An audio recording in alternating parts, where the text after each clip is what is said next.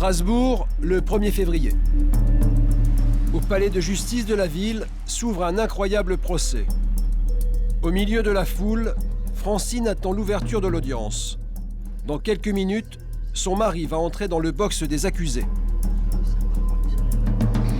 Ça va être la première journée de procès. Qu'est-ce que vous attendez de cette journée? Que justice soit faite. C'est tellement aidé. Qu'est-ce qui se passe? Comment c'est bon maintenant qu'il faut pleurer? Francine craque, son avocate vient la réconforter. Allez, c'est pas vous l'accusé, c'est lui qui doit être dans cet état-là. Je suis tellement nerveuse. Francine est la victime de ce procès. Il y a 3 ans et demi, son mari Alain lui a tiré dessus avec son fusil de chasse. La seule idée de se retrouver face à lui l'angoisse terriblement. Ça va passer, j'espère, ces 3 jours, parce que, déjà, enfin, je pense une fois assise, ça ira déjà mieux. Mais ça m'énerve quand même, hein, il y a tout le corps qui tremble. Alain, son mari, entre dans le box des accusés. Les 2 ex-époux ne s'étaient pas revus depuis le drame. Bon, déjà, il est derrière une vitre, il peut rien me faire. Francine n'aurait jamais imaginé s'asseoir un jour dans une cour d'assises, en face de son mari. Le drame commence par une banale histoire de divorce. Madame Haïfi, elle est venue me voir à la base pour divorcer. J'aurais jamais pu croire que j'apprendrais un jour que son mari avait tenté de l'assassiner. Maintenant, c'est vrai que dans la vie d'un avocat, je pense qu'on rencontre beaucoup de gens dans des situations critiques, difficiles. On a souvent parfois du mal à imaginer le pire, et là on a failli aller vraiment au pire. Francine s'en est sortie par miracle, mais elle reste traumatisée. C'est quelqu'un qui a peur, qui souffre et qui angoisse qu'un jour sa vie s'achève au bout d'une arme. Pendant 3 jours, la cour et les jurés vont devoir répondre à la question suivante. Alain Haïfi a-t-il délibérément tenté d'assassiner sa femme ou a-t-il seulement voulu la blesser, comme il le prétend? Tout commence par une histoire d'amour. Francine rencontre Alain en 1983. Il habite dans le village voisin. Elle a 17 ans, il en a 22. C'est le début de leur union. À cette époque, Francine est couturière, Alain menuisier. Ils décident très vite de vivre ensemble. Il a dit, tu sais, on pourrait construire et le jour du mariage, on aurait au moins une maison. J'ai dit, ah ouais, pourquoi pas, si ça te dit, oui. Ben là, entre parenthèses, il a commencé à construire. Et 3 ans après, on s'est mariés, on est rentrés dans la maison la nuit de noces. La maison est située à Hohenheim. Alain l'a construite entièrement de ses mains avec son père maçon. Il en est fier et malgré le fait qu'il habite avec Francine et leurs enfants, il se considère comme l'unique propriétaire. Il a toujours dit, c'est ma maison, tu habites dans ma maison. Il l'a construit lui, mais on a quand même aménagé ensemble, on a choisi les meubles ensemble, tout ce qu'il fallait, quoi. Les 2 enfants grandissent, les années passent, mais après 20 ans de mariage, le couple ne s'entend plus. Francine décide de quitter Alain. Elle a 40 ans. J'ai pensé, si maintenant je pars, j'aurais peut-être même plus le courage. J'avais le courage de partir, parce que c'est pas évident de partir, il faut avoir le courage. Hein. Francine quitte la maison familiale et retourne chez sa mère dans le village voisin. Alain supporte mal la séparation et la discussion s'envenime très vite sur le partage des biens, notamment sur la maison. Pour lui, c'était sa maison, il savait quand je pars, il faut partager la maison, hein, ça c'est clair. Ce que j'ai droit, j'ai quand même droit. Le dialogue est rompu pourtant 8 mois après leur séparation, fin juin 2006, Alain reprend contact avec Francine. Il m'a téléphoné un mercredi pour me demander de venir pour le partage de la maison. Et j'y suis allée sans penser à quoi que ce soit. Et il m'a accueilli, il m'a servi un café. On a parlé du partage. Ça s'est passé normalement, hein. Il était gentil avec moi, calme. Il voulait me donner tant et tant. J'ai dit, ben, si je garde les enfants, il me faut quand même la moitié. Si tu veux plus rien donner par la suite, moi, j'ai trouvé ça honnête, quoi. La discussion est détendue. Alain lui demande de rester un peu plus longtemps. Francine accepte, mais elle avait prévu de sortir le soir avec une amie. Elle doit l'appeler pour la prévenir. Faut que je téléphone à ma copine pour lui dire que je viens un peu en retard. Alors j'ai cherché l'annuaire, je l'ai feuilleté pour chercher le numéro. Et d'un coup, il dit « Ah oui, attends encore, j'ai encore une surprise pour toi. » Il est sorti. Je pense, qu'est-ce qu'il a comme surprise pour moi? Mais j'ai continué à regarder l'annuaire, j'ai cherché le numéro. D'un coup, il vient de derrière, là, comme ça, il est rentré, il s'est mis devant moi, au bout de la table, là où il était assis. Il dit « Lève les yeux. » J'ai levé. Oh punaise, il a une arme. Il a dit, ça c'est pour les 15 ans que tu m'as pris pour un con. Et il a tiré.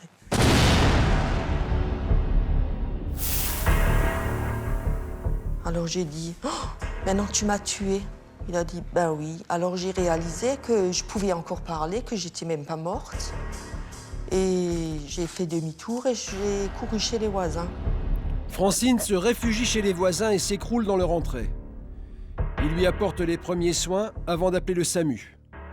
Elle échappe à la mort par miracle, mais les séquelles sont terribles. Elle garde 47 plombs dans le corps. J'ai pas d'autonomie de la main droite. Hein. C'est le nerf cubidal est sectionné. J'ai une grosse cicatrice au bras. En été, c'est vraiment pas beau. Hein. Moitié la poitrine qui est partie, une cicatrice au ventre.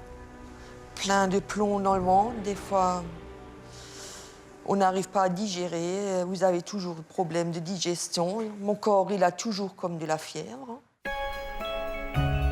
Retour au palais de justice de Strasbourg. Comme toujours devant une cour d'assises, le procès commence par le rappel des faits. Un moment douloureux pour Francine qui se retrouve assise, à côté de l'arme avec laquelle son mari a essayé de la tuer. C'est dur, surtout quand il parle de tirer et tout ça. Vous avez l'impression de recevoir le coup. Hein. C'est affreux. Hein. C'est revivre tout ça. Et les armes juste à côté de moi, c'est quand même un choc qu'on a eu et je pense que ça partira plus jamais. Devant l'angoisse de Francine, l'huissier retourne l'arme pour la rassurer. L'arme est vide. Hein. L'arme est vide. C'est ceux qui la tiennent qui sont dangereux, c'est pas les armes à la main. Je vous assure que l'arme est vide. Mais vous savez, depuis que je regarde un film et il y a un coup de fusil, je suis comme ça. Hein, j'ai toujours l'impression, maintenant c'est sur moi qu'ils ont tiré. C'est impressionnant. Hein. Devant la cour, Francine raconte le piège dans lequel son mari l'a attirée cet après-midi-là et la mort qu'elle a vue en face d'elle. Puis l'audience se poursuit par l'étude de la personnalité de l'accusé. Les différents témoins qui se succèdent décrivent un homme travailleur, attaché au respect des anciens et aux traditions. Ils affirment que sa rencontre avec Francine a été un bouleversement dans sa vie.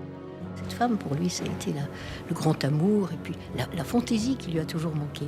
D'ailleurs, on voit nettement d'autres personnes du village qui, tout en disant c'est quelqu'un de bien, travailleur et tout, gentil et tout, qui vont quand même dire de temps en temps, oui, enfin, ils vivaient quand même au-dessus de leurs moyens, percevaient quand même beaucoup, comment est-ce qu'ils pouvaient faire?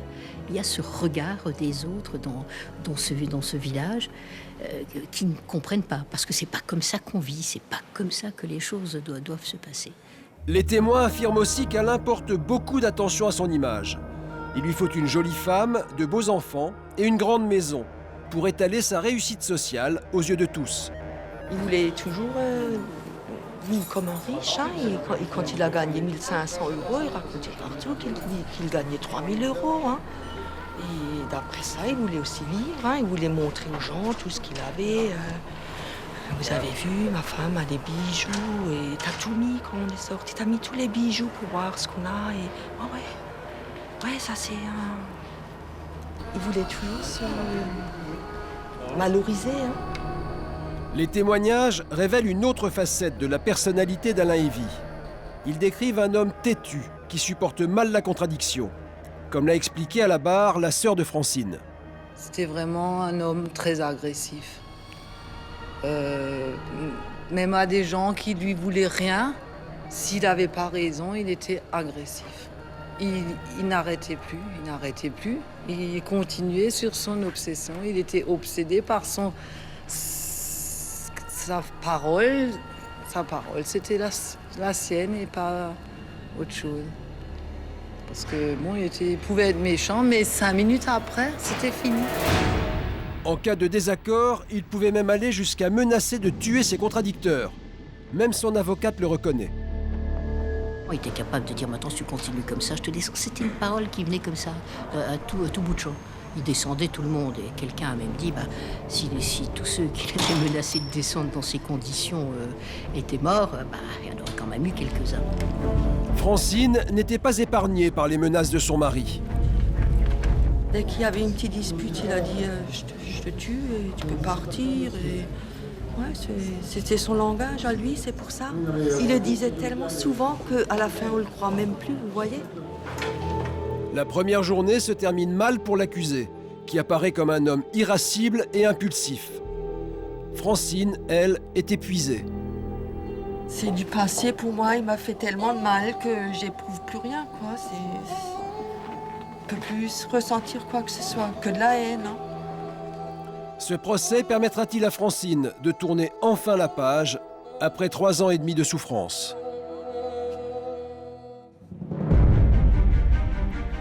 Au matin du 2e jour, elle arrive la première au palais de justice. Ce matin, la cour va essayer de comprendre pourquoi Alain est passé à l'acte ce jour-là. Le psychiatre explique aux jurés que l'accusé ne pouvait pas accepter le divorce et que c'est pour cette raison qu'il aurait décidé de tuer sa femme. Il n'arrivait pas à imaginer de divorcer. C'était quelque chose qui était plus fort que lui. Et il disait que c'est pas qu'il veut pas divorcer, c'est qu'il peut pas. C'est son système de valeurs, c'est on se marie comme les parents, on vit ensemble toute sa vie, on a des petits problèmes. Il acceptait tout à fait les problèmes conjugaux, mais il espérait que un jour ou l'autre, il finirait par se remettre ensemble et il n'était pas pressé, il était prêt à attendre aussi longtemps qu'il le faudrait. Le psychiatre explique ensuite à la cour qu'Alain est très affecté par la séparation et qu'il espère toujours retrouver sa femme. À l'époque, il déprime, boit plus qu'à l'accoutumée et ses colères sont de plus en plus violentes. C'est dans la colère qu'il a fait ce qu'il a fait et tout de suite après, il s'est repris. Très vite, il savait quelques secondes après déjà qu'il avait commis une grosse bêtise et que il allait en payer lourdement les conséquences. On ne peut pas excuser un acte de la part de quelqu'un qui va prendre un fusil pour tirer, quelles que soient les circonstances. Intention homicide, pas intention homicide. Lui a toujours dit qu'il n'avait jamais voulu la tuer et je pense qu'il dit vrai. Alain a-t-il voulu tuer sa femme? Aujourd'hui, il prétend qu'il a simplement voulu la blesser. Mais que va dire l'expert en balistique? Il est clair qu'une arme de chasse est conçue au départ pour chasser et donc pour atteindre des gibiers à des distances tout à fait normalement de 20, 30, 40 mètres. A fortiori, plus on est près et plus on risque une atteinte létale. Alain a tiré de très près, 1 mètre environ. Mais son avocate affirme qu'il a visé le bras.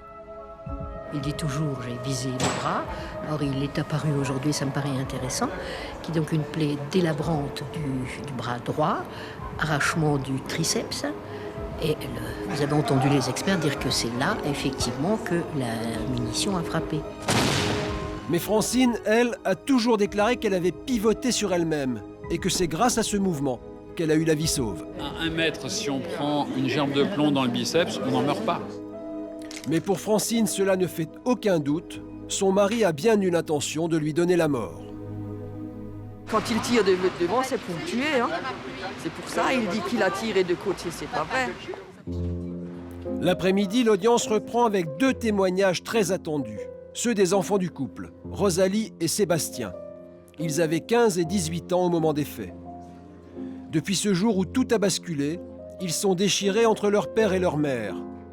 Sébastien est allé voir plusieurs fois son père en prison. Rosalie, elle, a toujours refusé de le faire. Elle le revoit aujourd'hui pour la première fois. Ne vous inquiétez pas, ça va aller. Comment témoigner contre son père? Lorsqu'il se présente à la barre, Rosalie et Sébastien sont saisis par l'émotion. Les mots ne sortent pas. Rosalie éclate en sanglots. Pour les enfants, Et pour les enfants, je trouve que c'est le plus dur. Hein. c'est plus dur que le pire. Mais oui. Mais non. Mais c'est quand Elle est à bout de force, la fille. Elle ne pouvait pas parler. Pour elle, c'est le plus... Quand je le vois, elle dit, il est encore fier. Oui, ça va. Bon, c'est dur, hein, mais... C'est un moment qui est difficile et on en a tous conscience. Elle voulait tellement dire et elle n'arrivait pas. Mais c'est pas la peine, c'est pas la peine. Les enfants, tant Rosalie que Sébastien, ont été amenés à témoigner. C'est vrai que je pense que c'était douloureux pour eux et je pense que c'était peut-être pas nécessaire. Puisqu'il faut rappeler qu'en matière de divorce, les enfants ont une interdiction de témoigner dans le divorce de leurs parents. Là, c'est comme si on leur demandait effectivement de prendre position dans le litige qui a opposé leurs parents et dans les faits qui ont été évoqués devant la cour d'assises. Et je pense que pour des enfants, c'est terrible. Fin de la deuxième journée. Ce soir, Francine et sa famille vont faire bloc autour des enfants pour les réconforter. Troisième et dernier jour du procès. C'est aujourd'hui que le verdict va être rendu. Et Francine angoisse à l'idée qu'Alain puisse un jour se retrouver dehors. C'est sûr que j'ai peur, mais je peux rien y changer. Mais non. C'est pour ça. N'importe où je vais, il me trouvera quand il veut le faire. Ah oui? Il me trouve. La matinée commence par la plaidoirie de l'avocate de Francine. Pendant une demi-heure, Maître Vramouth explique aux jurés que l'accusé a bien eu l'intention de donner la mort. J'ai axé cette plaidoirie sur 3 points. Premier point, sur la peur qu'elle a ressentie au moment, surtout, où elle a vu son mari braquer l'arme sur elle.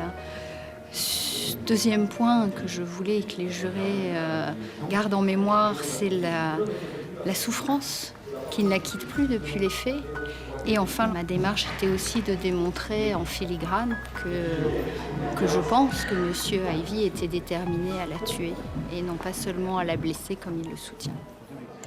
C'est ensuite au tour de l'avocat général de prendre la parole. Il requiert une peine de 13 à 14 ans de prison. C'est quelqu'un qui a un casier judiciaire vierge, qui est inconnu de la justice, qui n'a jamais eu le moindre problème. Par contre, la froideur, la détermination avec laquelle il a commis les faits le 30 juin 2006 ne plaide pas en sa faveur. C'est une détermination, un acte qui, à ce moment-là, peut être considéré comme réfléchi parce que commis dans le calme. Et c'est un élément qui va, au contraire, aller à son encontre. L'avocate de l'accusé va tenter de convaincre les jurés que son client était un homme en souffrance. J'ai essayé d'expliquer aux jurés ce que j'avais ressenti de la part de chez Alain Ivy, qui est un homme qui n'exprime pas facilement ses émotions, mais qui était dans une souffrance profonde qui l'a fait exploser ce geste insensé qu'il va commettre parce qu'il est poussé à bout, parce qu'il lui a tout donné, il a accepté le divorce, il a accepté le partage, et puis finalement, elle s'en fichait, elle avait autre chose en tête, cette soirée qui se préparait, cette soirée au cours de laquelle elle pensait s'amuser, et ça il n'a pas supporté, qu'elle n'ait pas compris cet immense sacrifice qu'il était en train de faire. Après les plaidoiries des avocats et avant que la cour ne se retire pour délibérer, le président demande à Alain Ivy s'il a une déclaration à faire.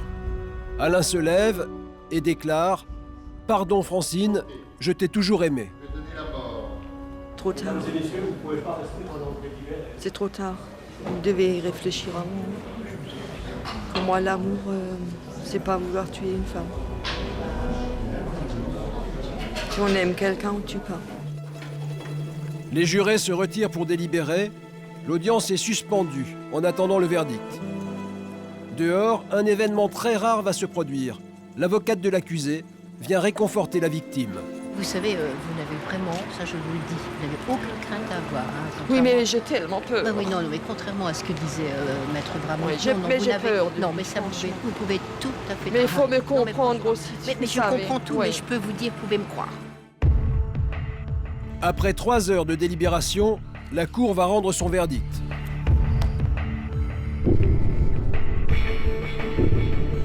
Alain Évy est condamné à 13 ans de réclusion criminelle.